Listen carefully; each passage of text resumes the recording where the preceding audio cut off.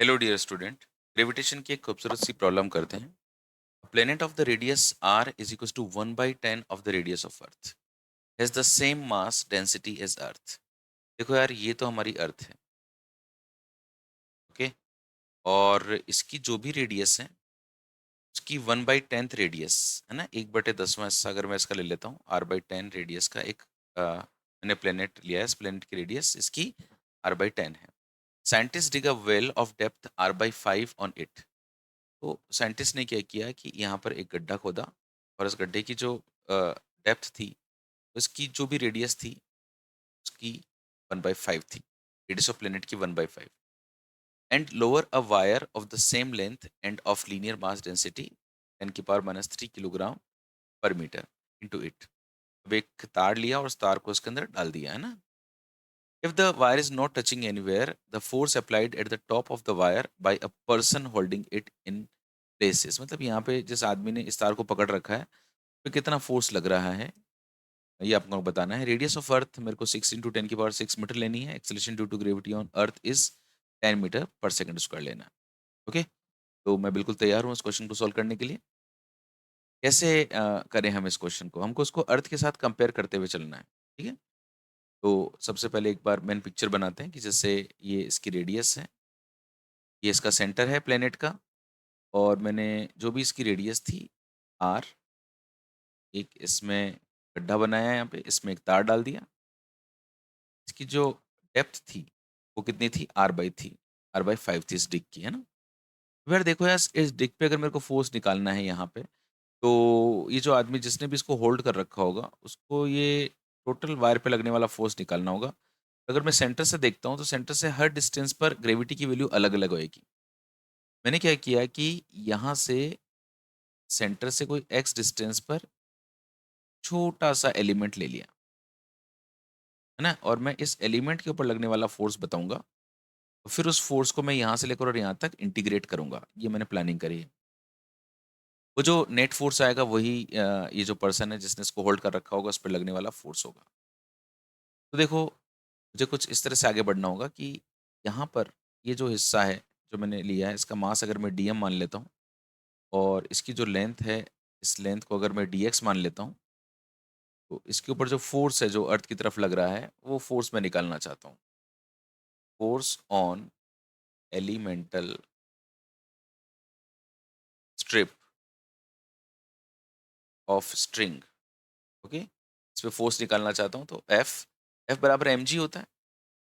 M को मैंने DM ले लिया, इस छोटे से हिस्से का मास, इंटू ग्रेविटी ले ली कि भाई यहाँ पे कितनी ग्रेविटी लग रही है इस पर। देखो यार, यहाँ पे जब मैं ग्रेविटी की वैल्यू लिखूंगा तो मुझे ग्रेविटी के फॉर्मूले पता होने चाहिए। अर्थ की डेंसिटी अगर मैं रो मानता हूँ और उसकी रेडियस अगर मैं आर मानता हूँ, तो अर्थ की सरफेस पे जो ग्रेविटी होती है इन टर्म्स ऑफ डेंसिटी वो होती है 4/3 पाई g r into rho. And इसकी वैल्यू मेरे को क्वेश्चन में दी हुई है 10 मीटर पर सेकंड स्क्वायर। बट जब मैं इस प्लेनेट के लिए लूंगा ना, तो इस प्लेनेट के लिए ग्रेविटी कुछ बदल जाएगी। 4/3 पाई g radius of the planet और इंटू रो हो जाएगा। रो मैंने वही लिया जो अर्थ का है ना। ऐसा क्यों लिया है मैंने? अब मेरे को एग्जामिनर ने दिया है same mass density as earth, है ना। जो डेंसिटी है प्लेनेट की वो अर्थ की डेंसिटी के बराबर है। तो देखो, रेडियस ऑफ प्लेनेट जो है वो अर्थ की रेडियस का 1/10 मुझे शुरू में ही दे दिया था एग्जामिनर ने। This is r is equal to 1/10 of the radius of earth. तो यार, अगर रेडियस इसकी 1/10 हो चुकी है अर्थ की रेडियस की, तो ऑब्वियसली ग्रेविटी भी g/10 हो जाएगी, क्योंकि radius of planet is 1/10 of the radius of earth. तो ओके, ये इतनी हो जाएगी, पर ये इसकी सरफेस पे इतना है। अच्छा, किसी भी सॉलिड स्फीयर के लिए अगर मैं उसके सेंटर से x डिस्टेंस पे ग्रेविटी का एक्सप्रेशन देखता हूँ, उसका एक्सप्रेशन होता है g/r इंटू एक्स। ये कैसे आता है? कि जैसे यहाँ पे r है तो x डिस्टेंस पे जो ग्रेविटी हो जाती है वो 4/3 पाई g, r की जगह यहाँ पे x हो जाता है इंटू रो हो जाता है ना। तो अगर मैं g में g डैश को डिवाइड करूंगा, मतलब इस वाली इक्वेशन में इस वाली इक्वेशन को, 4/3 पाई g r रो में मैंने 4/3 पाई g x रो को डिवाइड किया, ये सब कट गए, r अपॉन एक्स आया और जी डैश की value I G X upon R. Okay. ये वाला फॉर्मूला यूज़ करना चाहूँगा मैं। यहाँ से किसी भी एक्स डिस्टेंस पे अगर मेरे को ग्रेविटी चाहिए, तो उस ग्रेविटी की वैल्यू हो जाएगी जी, मतलब ये वो जी है जो सरफेस पर होता है, इंटू एक्स मतलब सेंटर से डिस्टेंस अपॉन रेडियस। तो यहाँ पे मुझे इस जी की वैल्यू लिखनी होगी इस पर्टिकुलर पॉइंट पर। इस जी डैश की वैल्यू मैं ऐसे लिख लूँगा, जैसे मैंने आपको फॉर्मूला बताया था अभी, g upon R into x. But यहाँ पे ग्रेविटी कहाँ की है? प्लेनेट की, और ये रेडियस भी किसकी है? प्लेनेट की। अच्छा, और मुझे क्वेश्चन में लीनियर मास डेंसिटी दे रखी है। लीनियर मास डेंसिटी मुझे क्वेश्चन में दे रखी है, और linear mass density of rope का मतलब होता है कि रोप का मास पर यूनिट लेंथ, मतलब डीएम अपॉन डीएक्स। देखो उसका मास डीएम लिया, लेंथ डीएक्स ली, डीएम अपॉन डीएक्स बराबर लैम्डा है। मैं डीएम की वैल्यू पुट कर सकता हूँ लैम्डा इंटू डीएक्स।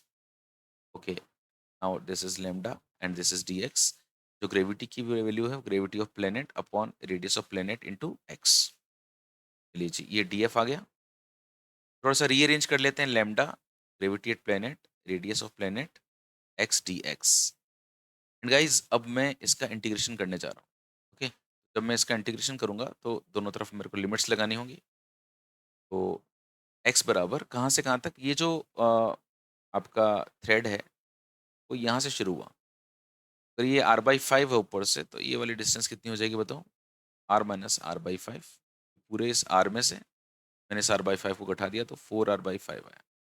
यहाँ से ये शुरू हुआ है, और ये कहाँ तक चल रहा है? r तक चल रहा है ना, यहाँ से यहाँ तक। तो लिमिट क्या लगाऊंगा? 4r/5 से लेकर r तक लिमिट लगाऊंगा। ठीक है, चलो जी, अब मेहनत करते हैं। इंटीग्रेशन df बराबर तो f हो जाएगा। ये जो मैंने आपके लिए इक्वेशन लिखी थी, इसमें लैम्डा जीपी अपॉन आरपी, ये तो ऐसे कैसे आ जाएगा? लैम्डा जीपी अपॉन आरपी, ऐसा कैसा आ गया? और ये एक्स का जो इंटीग्रेशन होगा वो x² बाई 2 होगा। ये x² बाई 2 को मैंने बाहर लिख दिया एंड लिमिट्स पुट कर दी। x is equal to 4r/5 से लेकर x is equal to r। हाँ, दिलाएगी। Lambda GP upon 2 RP, radius of planet. X की जगह अपर लिमिट रखा मैंने r² माइनस लोअर लिमिट रखा 4r/5 का square. Lambda GP upon 2 RP. ये जो r है बेटा, ये प्लेनेट का रेडियस है ना, तो मैं यहाँ पे आरपी लगा दूँ तो और ज़्यादा बढ़िया हो जाएगा। तो ये आरपी स्क्वायर है minus this is 16 radius of the planet का square upon 25। Lambda GP upon 2 RP, LCM ले लिया मैंने 25। 25 RP square minus 16 RP square. और उसके बाद में फिर next step, lambda GP upon 2 RP मैंने लिख दिया। 25 आरपी स्क्वायर में से 16 आरपी स्क्वायर घटाओगे तो कितना बचेगा? 9 आरपी स्क्वायर। 9 आरपी स्क्वायर, और नीचे कितना बच गया मेरे पास में? 25। देख लो भाई, सारी चीज़ें आ गई। ठीक है साहब, आरपी से आरपी कट गया बेटा, एंड जो फोर्स आया वो आया lambda GP into 9 into RP upon 50। Okay, चलो जी वैल्यू पुट करते हैं। लैम्डा कितना दिया हुआ है क्वेश्चन में? रहा लैम्डा, कर गया, ये रहा लैम्डा 10⁻³ ओके, मैं 10⁻³ पुट कर देता हूँ।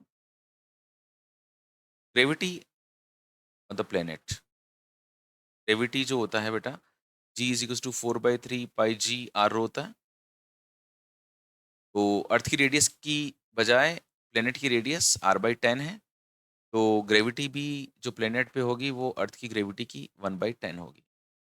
अर्थ की ग्रेविटी 10 होती है, तो उस प्लेनेट पे ग्रेविटी कितना लिख दूंगा मैं? 1 मीटर पर सेकंड स्क्वायर, है ना। ये बहुत स्पेशल बात है, ध्यान रखना।